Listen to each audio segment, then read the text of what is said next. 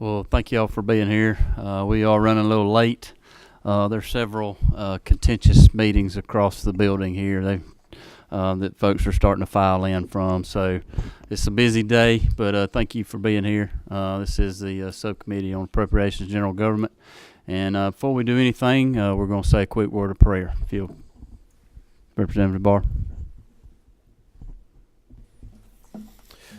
Let's bow. God, we just ask that you give us wisdom as we come to make these important decisions for our state. God, we ask that you would be with each one here and their families, and God, what's on our heart, God, those that need our prayers right now. We ask these things in your name. Amen.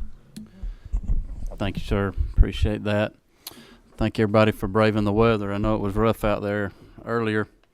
But anyway, we'll go ahead and get started because I know everybody's got places to be. And I guess we'll start with the Department of Labor. Commissioner Butler. Huh.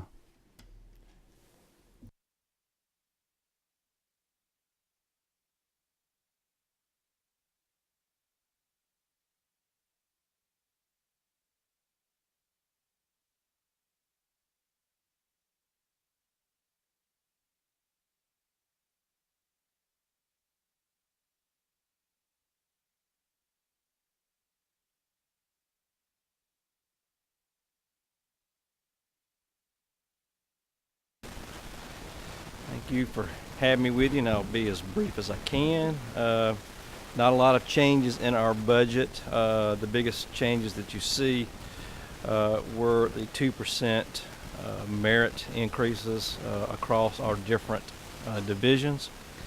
And actually, that's one of the things I would like to talk to you about, something for your consideration. I know in the past, and typically OPB, when they look at these types of increases, they look at them based upon your state dollars. Department of Labor, we receive very little state dollars, and state dollars that we do receive are actually generated by us. It's our administrative assessment funds, which we actually, there's probably somewhere in the neighborhood of a little over $20 million that we actually generated in administrative assessment funds. We get back about 13 and a half. In order for us to actually do a 2% raise, we would need significantly more than what was put in the budget for our employees, and it's a much needed raise right now. I mean, you'd probably be looking closer to about $831,000 in additional funding to do a 2%. Anything you can do to help with that, because one of our biggest issues we're having right now is retention of key personnel. One of the side effects of having a really great economy here in Georgia with really good jobs that pay really well is that a lot of times we'll get new hires in, pay them a salary, and then they'll stay with us 6 to 8, 9 months, and then we lose them, typically for a lot better paying job. So basically we're going in spending a lot of money training the individual only to have them leave in a short time later. Matter of fact, our turnover rate for hires that have been done in the last 4 to 5 years is over 50%. So that's a pretty significant turnover right there. And most of them are telling us the reason why they're leaving is because of the pay. That's one of those things that we like to see addressed. Also, there was one thing we would like to ask you to change in the budget, and y'all got a handout with you right now. It has to do with something that was changed in last year's budget. It has to do with customized recruitment. I put the handout in there with that. What's that? Oh, I thought there was a stack in there. I apologize. Well, I must have grabbed the wrong stack. I can get some more of those too, y'all. But we've got a small explanation. I'll get y'all some more copies of that right there. I must have grabbed the wrong stack when I was walking out of the office. Apologize.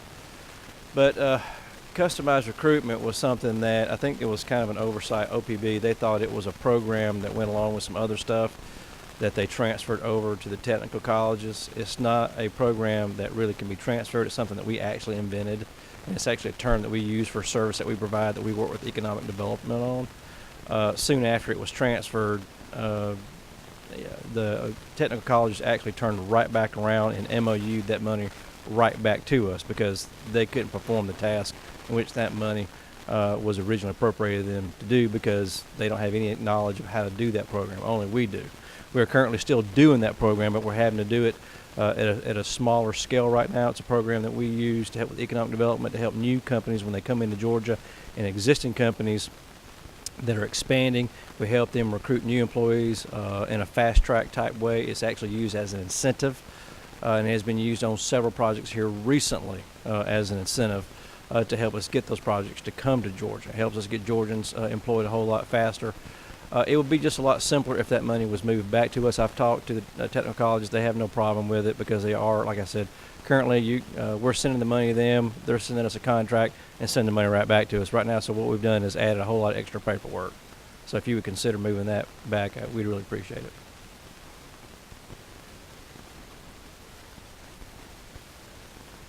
All right. Anybody got any questions? Number 15, Chairman Pruitt. Thank you, Mr. Chairman. First off, I want to say thank you, Commissioner. And this, I am aware of this recruitment program that you have, and it's been very successful and been a big benefit and really a sell feature for those who are coming in to put in new industries and always concerned about where they're going to get their labor from. I do have a question about the people that you said you're losing, employees. Is there a certain group of income that falls into? No, it goes across. Generally, when I use the term that 5-6 years, a lot of that is tied back to when we changed the retirement. Typically, if somebody's in the old retirement program, our chances of keeping them are a lot greater than this newer program, which is basically 401k. It's made it really kind of hard to compete with the private sector right now because all things being considered, if your health insurance is basically about the same as the private sector, if your retirement is basically about the same as the private sector, then it comes down to pay. And right now we're just not able to compete with the private sector on a lot of our different areas. I mean, we even have some areas where we're having to compete with the federal government. We have one program in which we're told by the feds, this is how much money you get, this is how many people you have to hire, and so therefore we know how much we can pay them. And we lose a lot of people in that particular program back to the feds because after we get finished training them, they'll hire them in their program in the federal government and almost double their pay, which that's a whole nother issue. But we do, we have a fair amount of turnover right now. And it doesn't necessarily mean the lowest paid ones. It goes all the way from entry level all the way up to upper to mid management. Mr. Chairman, one more question, please. First off, don't even bring up competing against federal government in the real world where we are. I mean, it's an issue with everybody, but it's something we all have to deal with, not just the state. Is there any particular department, or have you looked to see if there's any particular department that you having the most issue with retaining people? Because obviously you got different divisions. You're talking about maybe a 10% difference between one or the other, and sometimes that could just be because of less personnel in one. The UI division obviously is going to be one of the larger divisions, and then you have our workforce solutions, which is not near as big, but still it's pretty good size. Probably the most stable division we have is the one that does the customized recruitment, but those are hired in a little bit higher level, and it's also a program that we a lot of times primarily fund out of state dollars, and we don't have some of the issues that we have with some of the federal grants with it. And it was also newly created, so the step increases are different than some of the programs that we've had, sitting around for 20, 30 years. And how many total employees do you have, and is there any particular part of Georgia that you're having more losses than others? No, it's just kind of across the board. There's not one area that really sticks out. It is really hard because in rural Georgia, it's actually easier to hold on to an employee, but because the salaries are the same. So you take somebody that may live, say, in Tifton. So that sounds like evidence that maybe some of this stuff needs to be moved to rural Georgia. Hey, you know what? I have advocated many times to move our headquarters to Brunswick or Savannah, but I haven't got a whole lot of folks that want to go along with that one there. So, but I've actually advocated that. We're thinking more about something inland. But thank you. I think I know exactly where you're talking about. I think I've been through there before a few times. Thank you, Mr. Chairman. Chairman Smith. Thank you, and good afternoon, Commissioner. Nice to see you again. Last year, Ms. Chairman, may I make a few points and ask a question? Yes, ma'am. Last year, DOL had to close an office in Noonan, and the adjustment was very difficult for the people in that area, and you had suggested a few measures that were being done, how has that turned out?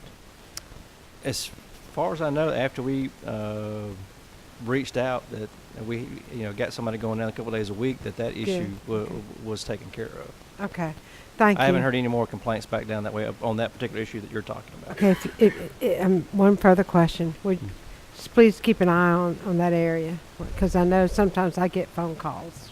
So, thank you. Sure. Thank you. The additional 2%, what was that number that you mentioned to get? Well, what was put in the budget was a little under $97,000. And we've got just under 1,200 employees. And if you did, of course, I don't think it was intended for everybody to get a raise, but just kind of give you kind of a ballparkish number. If we were to give every person in the Department of Labor a 2% raise, you'd be talking an additional $831,058 to be exact. Okay. All righty. Well, I don't see any more questions at this time, Commissioner. Thank you Appreciate the job you do. I know it's a challenge when we're in the good times and a challenge when we're in tough times. One of the funny parts about Department of Labor is during good times we have a whole lot less money because our federal grants drop, and during the bad times, everybody else is suffering, but yet we're good. So I'll take our suffering for everybody else. That's right. Well, appreciate the job you're doing. Thank you so much. All right, next we've got Department of Administrative Services, Rebecca Sullivan. Sorry about that. Come on up. Appreciate you filling in today. Thank you. I'm Rebecca Sullivan. I am Assistant Commissioner and General Counsel for the Georgia Department of Administrative Services, and I appreciate the opportunity to speak to you all today regarding the proposed FY 2020 budget for DOAS. I promise I will be very brief. We are supportive of all of the governor's recommendations. The only recommended changes to DOAS's budget for FY 2020 are in our risk management program, and that's on page 4 of your tracking document, section 12.5, and I'll go over those briefly. Section 12.5.1 asks DOAS to utilize existing funds to expand our comprehensive loss control program. We are supportive of that initiative. 12.5.2 is simply to back out one-time funding that was appropriated during the special session in HB 1EX for property premiums dealing with damage to state property that occurred during Hurricane Michael. So this line item simply backs that funding out of the budget so it does not become part of our base in 2020. 12.5.3 and through 12.5.6 all deal with increasing billings for our risk management programs so that we can provide these risk management services for the state, and these appropriations will help maintain those trust fund balances in a positive balance. So we are very appreciative and supportive of those recommendations. And those are the only changes in the recommendations to the FY 2020 budget, and I'm happy to take any questions. All right. Has anybody got any questions? With the money that was in the special session, are we about to get caught up on that? There are still about $11 million in outstanding liability, but we were able to get we have the funding to cover those, and we were able to jump on those assessments very quickly and are working all of those claims. Okay, good. Well, thank you all for doing that. Well, you did a great job. Hold on. Don't go anywhere yet. Chairman Pruitt. Yes, sir. Thank you again. Thank you for being here. I'm questioning 12.5.5, the increase for the cyber insurance premiums. If I'm not mistaken, we did $500,000 in amended budget, did we not? Yes, sir, that is correct. And that recommendation was to get through the FY19 with projected claim expenses. So this request does anticipate that there are possible future claims that might occur during FY 2020, and this funding would go to build the base so that we can pay the self-insured retention for any claims against the state that might occur in the future. Can I get a clarification, please, Mr. Chairman? My understanding is this is basically a deductible. Is that correct? $500,000 deductible if there are claims? Yes, sir. So the way the property program, the cyber program is set up is that the state, there's a self-insured retention for Right. each claim, and each claim, the retention is $250,000. So for 2 claims, $500,000 would pay the retention for only 2 claims.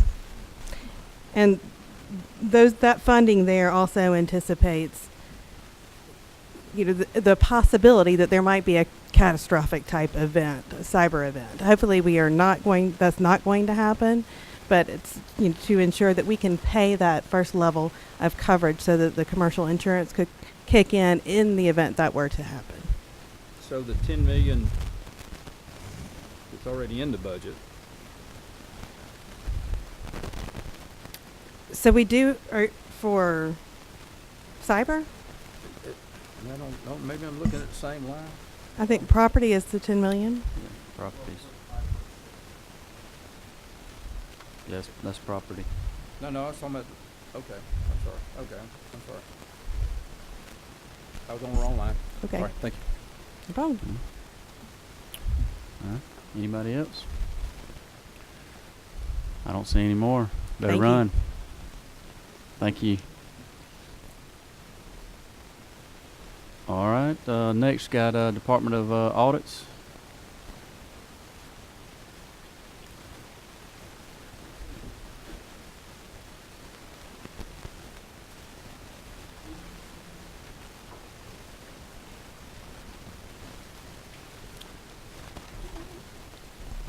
Good afternoon, Mr. Chairman and members of the committee. I'm Greg Griffin, the State Auditor. We're here to talk about our FY20 budget, and our budget is going to look a little different than most of the others that you're going to see today. We submitted our budget based on OPB's instructions back in July of 18, and by law, we're treated as a legislative budget unit, so whatever budget we submit, OPB and the governor have to accept that budget. They're not allowed to change that budget as it's presented in the governor's budget book or in these tracking sheets. As a reminder, and you're looking at the right tracking sheet, just want to make sure we're on section 4, page 1 of 22. Is that right, David? Okay. So just as a reminder, those budget instructions authorized agencies to request an additional 2% funding, provided those funds were for process improvements or innovation-related type enhancements. And so it was also our understanding that that budget request could not or should not include salary increases. So over the last year, coincidentally, we've been developing a data analytics and a RPA strategy for our department, and both of those strategies are to help drive more value and efficient processes within the department. RPA, or robotics process automation, is exactly what it sounds like. It's all about automating manual processes, labor-intensive type processes using robots or digital workers. And in fact, this past summer we completed a proof of concept applying RPA to several of our audit processes in the department, and sort of validated the potential use of this technology within our audit shop. So again, our budget that you see on the tracking sheets is for technologies and support of in executing on those strategies. And I can sit up here and talk to you about robots and data analytics all day long.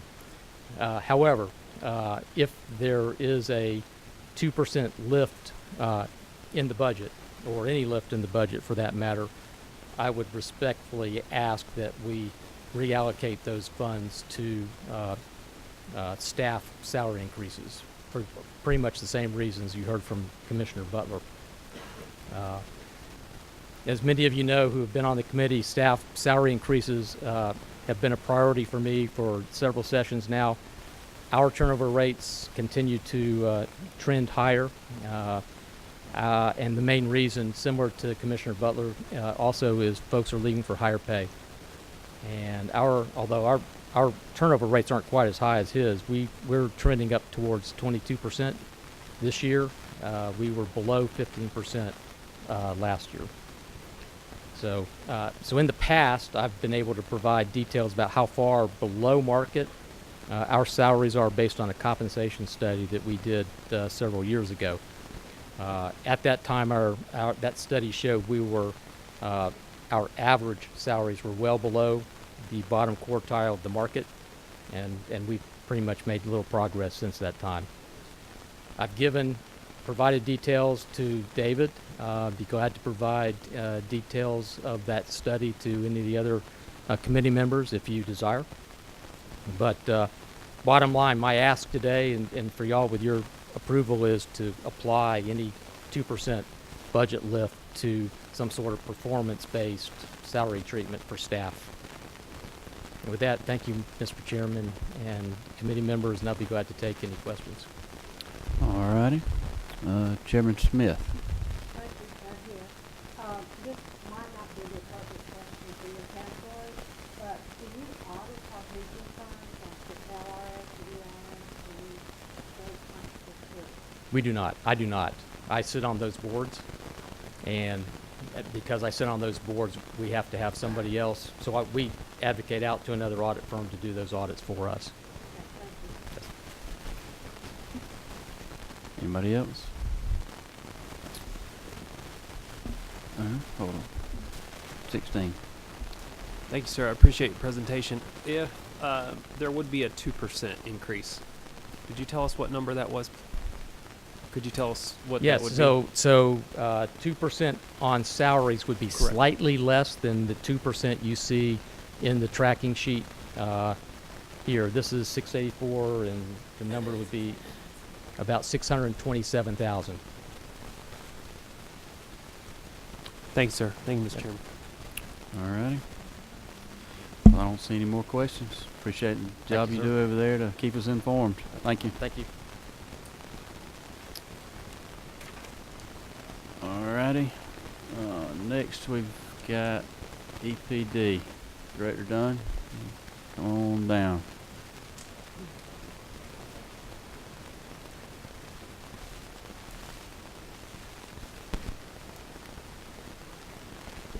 Chairman Watson, members of the committee, thank you. We have 3 programs as part of DNR's budget. The Section 34 on page 14 of your tracking sheet. Our 3 programs are 34.3 environmental protection. Did I get those right pages? 34.3 environmental protection, 34.4 the hazardous waste trust fund, and 34.8 the solid waste trust fund. In the governor's recommendation, in terms of the cash budget, all the changes are in 34.3, and with your permission, I'll go over each one. Actually, the first 4, 34.3.1, 2, 3, and 4 are statewide changes, including the merit-based pay increase that everyone else has been talking about. I won't talk about those separately.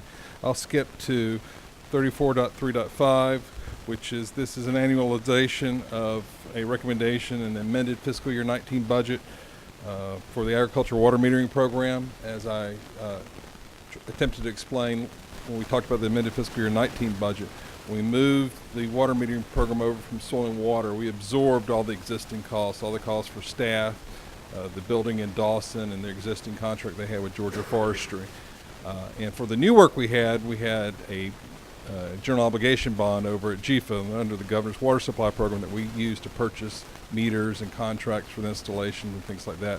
However, there's some non-bondable expenses that we have, such as battery replacement, things like that. And what OPB did is trued up our budget, and that's the amount to true up our budget to align our budget with the actual cash expenses that we incurred. And again, that's an annualization from the item we had in the amended fiscal year 19 budget for the same amount. The next item is 34.3.6. This is a new item. This was part of we were under the governor's budget instructions permitted to request enhancements, and this was part of our request for enhancements. This is to provide funds for 2 additional environmental compliance positions. And these 2 positions are located in our district offices. One of these positions would be, if it were funded, would be located in our coastal district office in Brunswick for a drinking water engineer. We permit about 2,300 drinking water systems in the state.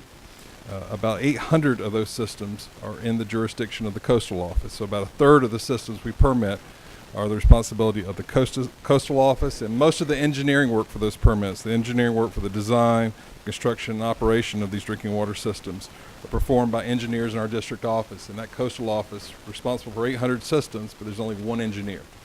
And that's a workload that that engineer certainly cannot keep up with, so we would use those funds, part of those funds, to hire an additional drinking water engineer in our coastal district office. The other position we would fund would be an environmental compliance specialist to be located at either our Albany or Augusta district office. Environmental compliance specialists are responsible for responding to citizen complaints, providing technical assistance to permittees, and performing compliance inspections. In our Albany office, we have great difficulty in keeping up with the number of required drinking water inspections. We're staffed to do 24 inspections a month. We're required to do 30, so that's always been a challenge there. An additional environmental compliance specialist will allow us to keep up with that workload. In our Augusta office, we've had to, over the past couple of years, assign staff from other district offices throughout the state to help them to complete the required wastewater, solid waste, drinking water, stormwater, and air quality inspections. So we use our other position to fund 1 position in one of those 2 district offices. We haven't yet decided which one yet. The next item is, let's see here, 34.3.7, provide funds for statewide water planning. Again, this is an annualization number from an item we discussed in the amended fiscal year 19 budget. These are the funds for operation and maintenance associated with the storage contract for Lake Lanier. Is slightly higher than the amended number because this is an annual number. That amended number was only for part of the year there. We have one additional item in the bond package. I'm not sure if you have those, but it's 50.2.3.72, and that is a bond for $2.5 million. It's a 5-year bond with a debt service of $578,500, and that is our funds to maintain and replace equipment we have at our lab out in Peachtree Corner. So that's the lab that performs the primary responsibilities to perform the drinking water lab results for all public drinking water systems in the state of Georgia. We have to, of course, maintain that equipment over time, and those are funds to help us do that. Mr. Chairman, that is the items contained in the governor's budget request, and I'll be happy to answer any questions. All righty. Do you have any questions? Chairman Barr. Not a very large dollar amount, but I'm interested, what employees are under the teacher retirement system? We have 1 employee who's eligible for the teacher retirement system. So Gotcha. OPB does a good job of, is that correct, Aaron? Okay. OPB does a good job of keeping up with that. So. Interesting. All right. Thank you very much. Uh-huh. Appreciate you. All right. On the water metering, Yes, sir. does this get us in a comfortable position, or do you foresee there being more going down the road as far as funding levels go? Well, in relation, this is certainly for our cash budget, should be sufficient for the future. I don't foresee any additional things in our cash budget. We have the $20 million bond over at GFA that I mentioned. That's probably enough to complete our work for the next 5 or so years. But after that, we'll have to have a discussion for the ongoing maintenance of the meters we've already installed. Okay. All right. Chairman Perkle. Thank you, Mr. Chairman. I just wanted to make note that of an almost $27 billion budget, Chairman Barr is questioning a $173 line item. Please don't cut We that. go through the budget tight. So we're on camera. There'll be a sound bite. Good job, Chairman Barr. Yeah, and he wasn't at the hemp meeting either, so that's good. I'm good. Good job. All right, Director Dunn. Well, I don't see anything else. Appreciate the job you Thank guys you, do Mr. over Chairman. there. Thank you very much. All right. Next, we've got Department of Insurance. Commissioner Beck, come on down. Good to see you again. I Yes. appreciate all that y'all do, and I got to tell you, as a taxpayer for a long time, I appreciate that question from Representative Barr. He's sort of like me, you know, a little bit on the cheap side. That ain't no problem with that. I'd call your attention to the tracking sheet, page 55. Item 29.5.4 is the governor's recommendation to put state money into our overall, to reallocate $1 million from our fraud fund and put state money in to take care of some issues. We are supportive of that. But if I could talk for a moment about the fraud unit, if you'll take a look at this item in your packet, a little flow chart that our CFO put together for you. Mr. Chairman, it should be there in your packet. I know David's handed those out. This sort of, I know a lot of department heads sit here and say, if you'll give me this position, I'll generate this much money. That's sometimes speculative and it's sometimes not, I'm sure, but in this case, it is definitely not speculative. If you will appropriate the money for the fraud fund, we will send bills out for every penny you appropriate, and you'll have it back in about 2 months. Because the insurance companies are supportive of the $836,000 enhancement request that we're making for Special Fraud 2020, and you'll have a number of letters in there from insurance companies. So we finally decided to put it down, Mr. Chairman, after sort of your questions kind of prompted us to say maybe we could visualize it a little bit better, because I'm learning, and I now realize everybody stands up and says, if you'll give me money, I'll generate more. So this is a little different in that there's no speculation about that. You're going to get this money if you appropriate this money. The only way you will not get this money collected in the Treasury is if you don't appropriate it. So appropriate it and it will come, like they say in the Field of Dreams. Don't appropriate it and you won't get it. We also have an org chart for you. We're trying to hire some new fraud investigators. We think fraud costs the average Georgian about 12 cents every time you pay an insurance premium on auto in our home. You pay about 12 cents for fraud, and so that's why the companies are so supportive of us doing this. Some of you have a sheet that have the arrests and pleas and indictments dating back to January 2017. If you don't have one of these sheets, that means there were no arrests in your district. So well done, Chairman Perkle. I don't think there are any arrests in your district. You must have them all scared straight down there. But anyway, I would call your attention to that if you're interested in what's happening in your area. Then the last thing I would say, Mr. Chairman, has to do with and this is over the conversation you and I had in your office.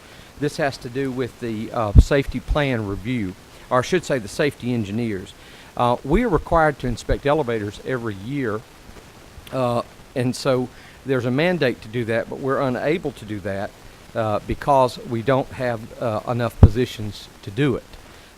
We inspect new elevators, but in terms of re-inspecting elevators. So what we have asked for as an enhancement is enough money to hire 3 additional safety inspectors. Am I right? 7 total in the next fiscal year, and those fees will generate a net gain of $98,000 per inspector. Did I get that right? So every time we have an inspector, we gain $98,000. And again, that's not a situation where we have to count on the work coming in. We're mandated to do that work now, and people are mandated to pay the fee. So I would ask, please, for your consideration on the special fraud. I've been in office a little less than a month. I think we've arrested somebody every day I've been in office for fraud, and we continue to get good national coverage about that because of we want Georgia to have the reputation as the wrong place to come to steal from somebody. And so we're trying to send that message as best we can. I'll be glad to answer any questions, Mr. Chairman. All righty. Chairman Perkle. Just an FYI, since there was no fraud, and There was none we caught. in my district, y'all might need to spend a little more time down there. We got some honest people, but they poor. So, Yes, sir. You make a watch good 'em. point. Yes, sir. Thank you, sir. Absolutely. Yep. All right. Thank you so much for what you do. Hold on, Commissioner. We got one or two more. Thing. Chairman Pruitt. Thank you, Mr. Chairman. And this is not a gotcha question, but Sure. Yeah, I'm so new, everything's a gotcha question, so. my question is, if this money comes in so quickly, and every time you put in a new inspector, you can get $98,000 to the good, why do we need money in the budget? It pretty much is going to fund itself. Well, of course, that money has to be appropriated. We don't keep any of it. The fee money travels back to the state treasury. Got it. Thank you. Yes, sir. And I guess That'll Commissioner. be a reflection next year in the budget, and we'll have a plus by your name, right? Yes, sir, Yeah, absolutely. there you On that, go. on that We like- category, you will. We like pluses. Yeah. On those positions under safety. Yes, sir. Which would be the most important? I'm assuming the number one. Yes, 'cause sir, the they're gonna bring elevators. in money. Yes, sir, the elevator inspectors. Okay. If I could get anything, you have to prioritize, so I need to be able to prioritize, and I would say it would be the special fraud and that number one item, the elevator safety inspectors. Okay. All right. Anybody have any more questions? Thank you. Let me just personally extend an invitation to any of you that are around and on the insurance committee to join us for lunch. And if you're not, come anyway. I'll find a way to pay for it. See you later. All right. Thank you, Commissioner. Appreciate what you're doing. We're going to be at ease just for a few minutes. If you don't mind, just hold tight.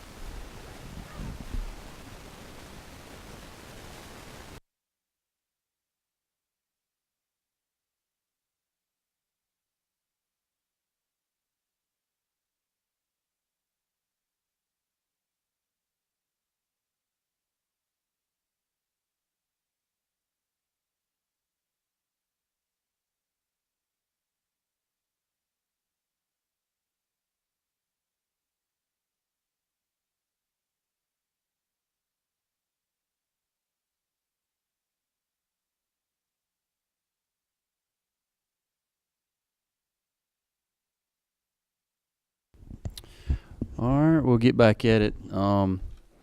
Just so everybody knows, the secretary is tied up in another meeting, so we're going to go ahead and move forward with the Secretary of State's budget. And Gabe Sterling's here with us, and he's going to get that done for us. And then if the secretary gets here in time, then we'll talk to him. But if that's okay with the committee, we'll move forward. Yeah, there is another meeting down the hall, I believe, with quite a few people. So, Gabe, thank you for being here. Go ahead. COO for the Secretary of State, and much like Commissioner Beck, we've been in office for about a month and have a pretty good handle on what we're trying to look for today. And the Secretary and the deputies send their apologies. They, as you mentioned on your opening, there's a bit of a contentious meeting down the hall. So we apologize for that, and he's sick that he can't be here, but it's hard to be in two places at once. So I want to say thank you, Chairman Watson, for letting us come before your subcommittee today and present our fiscal year 2020 budget. I'll be brief. You know, we've given the Secretary gave more detailed overall on our budget to the Joint Committee earlier. We respect everybody's time. You can see our budget covers several divisions: corporations, elections, professional licensing, securities, and charities, and remains virtually static other than the 2% that everybody's gotten across the board for the merit raises. When it comes to our investigations division, we are pleased that Governor Kemp, who obviously has some experience with this office, has seen fit to include funds for 2 new investigators, which you will note on page 20, section 43.3. With the legislative change that required the mandatory reporting for nursing, we experienced a 100% increase from 2015 to 2017, 222 to 443 cases in nursing referrals.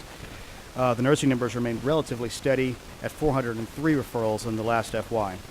Our total fiscal year 19 referrals for the first 6 months are at 831 cases. Our PLB cases for the first 6 months of FY19 stand at 514 cases. That is 63% of the entire number from FY18, which were 815. Overall, our investigations division from 2015 to 2018 has seen a significant 34% increase in caseload, but has maintained its flat budget. So we're thankful for this down payment on getting our office the manpower to fulfill our duties, not just to our boards, but to our voters through stronger, more focused elections investigations. That covers our operational request. As I'm sure you're probably aware, and what is being discussed in the committee meeting down the hall, Governor Kemp has placed an allocation for $150 million in bonds for our new voting systems. The $150 million includes everything from securing the new voting systems to education, training, physical security, cybersecurity, and down to electronic voter poll books. Our goal is to have this new statewide voting system with an auditable paper trail in place for our statewide elections in 2020. It's an aggressive but necessary timeline. Again, the Secretary sends his apologies he can't be here, and I'll stand for any questions y'all might have. All righty, does anybody have any questions? Yeah. All I right, apologize. I was raised in we're gonna Atlanta. I'm a fifth-generation Georgia, but I just talk quick. That's how you do it. All right, we'll give everybody a little time. Chairman Perkle, you got one down there? I do have just slight one with the two criminal investigator positions. Yes, sir. These are basically investigating stuff that comes in the door. This is not additional that we've done in the past. This is we are understaffed right now, and the governor, who is aware of this particular office pretty well, Yes, sir. sees the need to add two additional to take care of the workload that you already have. If you're not taking on additional responsibilities, this is Correct. just workload is increased.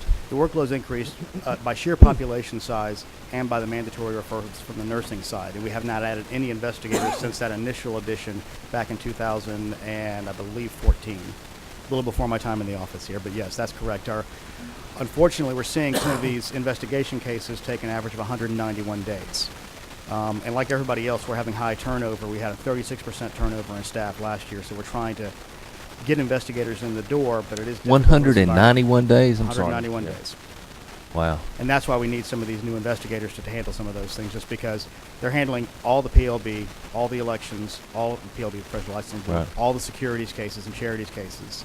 So you have to know about hair braiding all the way to securities law. So it's a wide-ranging set of things for our currently 19 investigators, of which we have 18 positions filled. These two additional will give us a little more flexibility and hopefully get the caseload down. And we have two split divisions. We have a Macon-based unit and then an Atlanta-based unit. The Macon-based unit's running about 20 cases at a time. Atlanta-based unit's running 56 at a time. In terms of Mr. Chairman, one more question. Go In ahead. terms of specialization of labor, Yes, sir. do they do the same duties, or are the one in Macon do mainly one or two different? They do some of the main duties. We have some statutory applied ones. We have some 3 nursing that are specific to nursing and 2 elections that are specific to elections, and the rest can be deployed to where is necessary. Okay. Thank you. Thank you, Mr. Chairman. All righty. Those two additional positions, are they, I guess they statewide positions, or are they based out of Atlanta or district? I think also? the intent of the chief investigator is to have them based in Atlanta because that is where the need is most dire. 56 cases per investigator right now on average, where it's 20 in Macon. And one of the problems with us is when you lose those people, those cases don't go away, so they get transferred to the leftover staff and get stacked up. Gotcha. Okay, and then on the $150 million for the voting machines, that's the turnkey deal? Is training, everything is in that? Soup to nuts is the intent for that $150 million. It will include the training options, the logistics for the deployment of these things, the new voting systems, the training, security it's going to have to go with it, which is physical and cyber security should all be included in that. We will have more transparency to what they're looking at once we do the RFP, but of course we don't want to presuppose the legislative action, and we are working on the basics of what any RFP would have. But until we let the RFP and have our offerers come in, we are not going to have a full availability of what we're looking at, but we know what we're asking for, which will be the soup to nuts program. Yes, sir. Okay. Anybody else? All right. Chairman Barr. Thanks for coming. Is there an idea, a southern states average for these investigators? And do we rank in that? What would be, just your off-the-fly opinion, how many would we need to kind of bring us up to speed where we actually should be? I don't know on state to state the averages on those things, because obviously investigators are deployed in different ways in different states. Sure.